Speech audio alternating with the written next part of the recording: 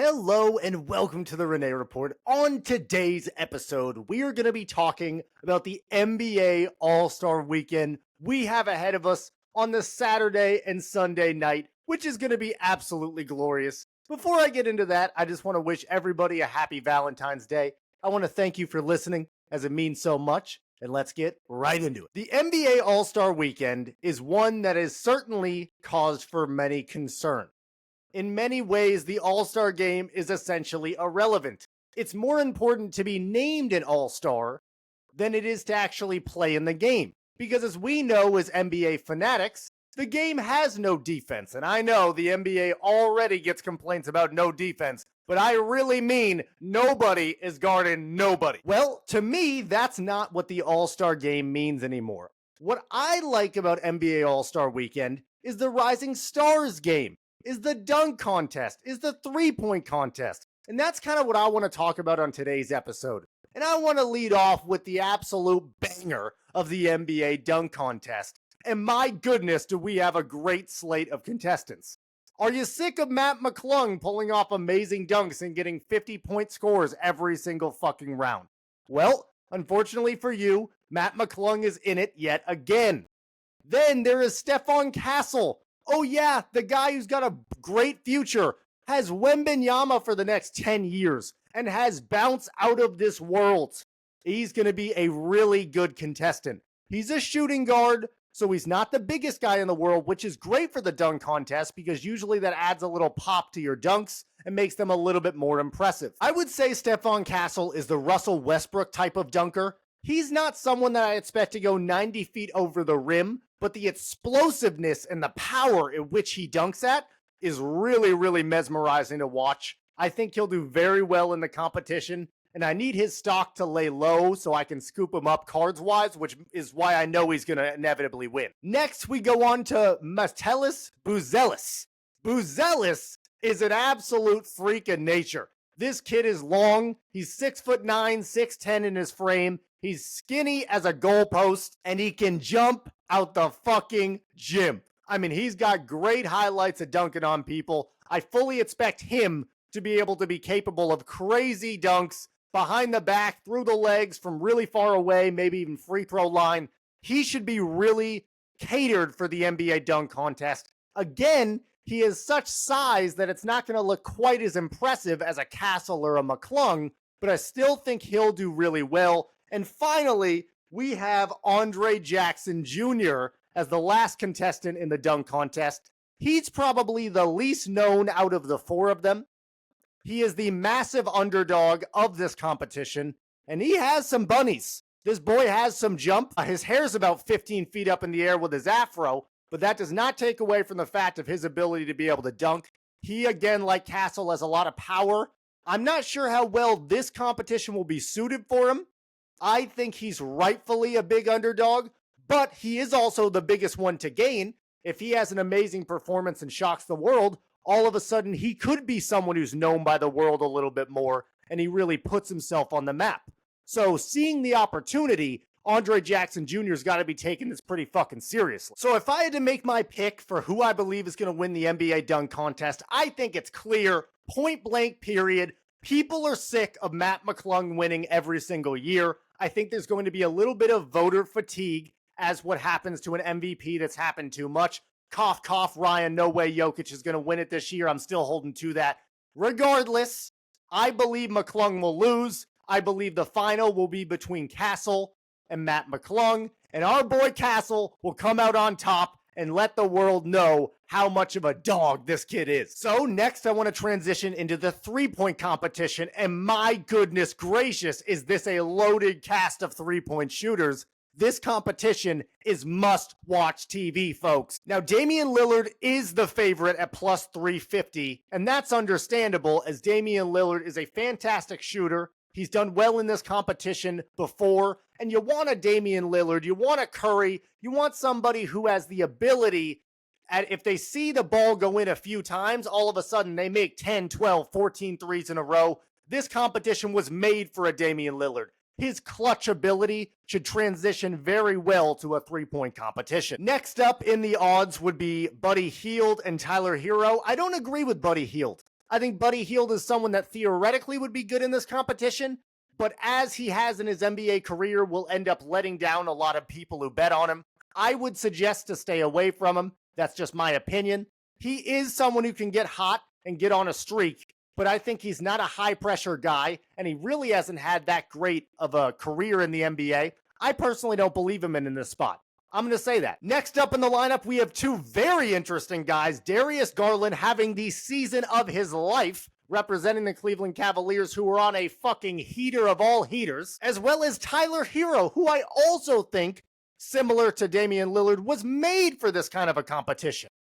Tyler Hero loves the limelight. He soaks it up like a Jordan Poole would. And I truly believe if he starts to see a few of those three-pointers fall, we could see a 27, 28, 30-point performance by Tyler Hero. In fact, I'll go as far to say I believe Tyler Hero is going to end up winning this competition. Although I want to give Darius Garland his props. He's a fantastic shooter. I don't believe, again, he's really made for this competition, but he's had such a fantastic year. He's certainly a clutch guy. I could see him performing well, making a deep run into the competition, but not winning. And to finish it off with the long shots, I would be remiss if I didn't mention Cameron Johnson and Cade Cunningham, as they are the farthest odds at 7.5 to 1 and 10 to 1 to win the competition. Cade Cunningham interests me a bit. No, not just because Jake Frackowitz bet him, and I hope it hits for you in your case, brother, but I like both these guys. Cam Johnson is a spot-up shooter. A lot of these guys get into a rhythm. They have a lot of great dribble moves, and they step back into their shot. They transition into the shot. Not Cam Johnson. Cam Johnson's ready to take spot-up shots. In fact, that's what he prefers throughout his NBA career. I believe Cam Johnson could be a very sneaky guy who makes a deep run and could even potentially win this competition. Now, Cade Cunningham. Again, Cade Cunningham to me isn't the most consistent shooter in the world. He is someone who shows up in big moments. He is an awesome, awesome guy to root for, so I don't blame anyone for taking him 10 to 1. He's 10 to 1 for a reason. I think you should stay away from it. I think that little part of your brain that says he has a chance against shooters of this caliber, one of them is going to get very hot, and I got to be honest, it's not going to be Cade Cunningham. I don't think he gets out of the first round. I'll just say that. Again, I think if the dunk contest doesn't deliver, which it absolutely will, by the way, make sure to tune in for that. The three-point competition is where the bread is going to be buttered. This is going to be the one that's fun to watch. Everybody performs well. They drafted this list really well. Somebody's going to get red hot and have a performance for the ages against this level of competition. Now, I don't want to talk about the All-Star game long because, like I said, I don't think it has much of a point. Where I do think it has a point is the value that it's leaving for us as sports bettors. I believe there is a clear-cut MVP for this All-Star game, and his name is none other than Victor Wembanyama. Victor Wembanyama went out of his way to say he plans to be the guy who is jumping on the floor, who is playing hard, who's going to give his best effort. That will end up being rewarded in the All-Star game. He will see a lot of minutes, a lot of opportunities from his teammates who are taking it a little bit more lackadaisically. The hungry dog wins. Now, absolutely, if they force feed some other guy 25 more shots than Wembanyama, he's just going to win the NBA All-Star MVP. So this isn't a bet to take heavily. In fact, it's one to take very lightly. That being said, if I was to give you advice, I think Wembanyama at 10 to 1 is such a fun player to root for, is a player who wants it the most, and I would be very disappointed in myself if I didn't have some small unit on him, and I end up watching him win and going, oh my God, that was so obvious. Now, I want to spend the last 5 minutes or so of this podcast talking about how I personally would fix the NBA All-Star Weekend as a whole, as there has been a reduced amount of viewers and people who truly value this weekend when I think it has such a fun potential. All right, I am going to throw out a radical idea that I'm sure the NBA would never do and maybe has never been mentioned before. I believe the NBA All-Stars should have a fun competition just like the three-point competition or the dunk contest. I believe it should be a series of mini games. There should be a competition where the NBA All-Stars select their representative in a 1v1 matchup. And we get to see Anthony Edwards play LeBron James. We get to see Wembanyama go up against Anthony Davis. And these fun matchups that we've always wanted to see when the lights are brightest, when it's in the middle of an all-star competition with famous people all around, we get to see one-on-one competitions that we would just pay to see. I believe that would really give an influx of attention. And in my case, I'm thinking of a 1v1 competition, but I'm more saying ask the people. Go on X and ask people what competitions they can think of. Get a poll of what they want to see the most. Ask the players what they think would be a good idea. And every single competition, when they win, make it for charity. Make that money to go towards a charity of the player's choice, of the team's choice. Keep it lighthearted and fun, but these are the biggest competitors in the world. In the end, when you make it fun, if you make it dodgeball, if you make it a 1v1 tournament, these guys are going to buy in and they're going to have fun doing it. The idea of what the All-Star game used to be back in the day is dead. They all want to take care of their body. They all want to have a long career, and they don't want to play defense throughout the season, let alone a random All-Star game.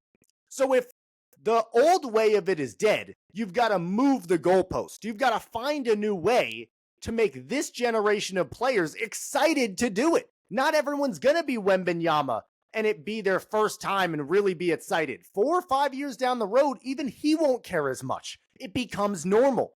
The way to not allow it to become normal is to come up with new competitions, is to almost abolish the All-Star game as a whole and understand that you're making it for the viewers. To be named an All-Star is the goal of the NBA player.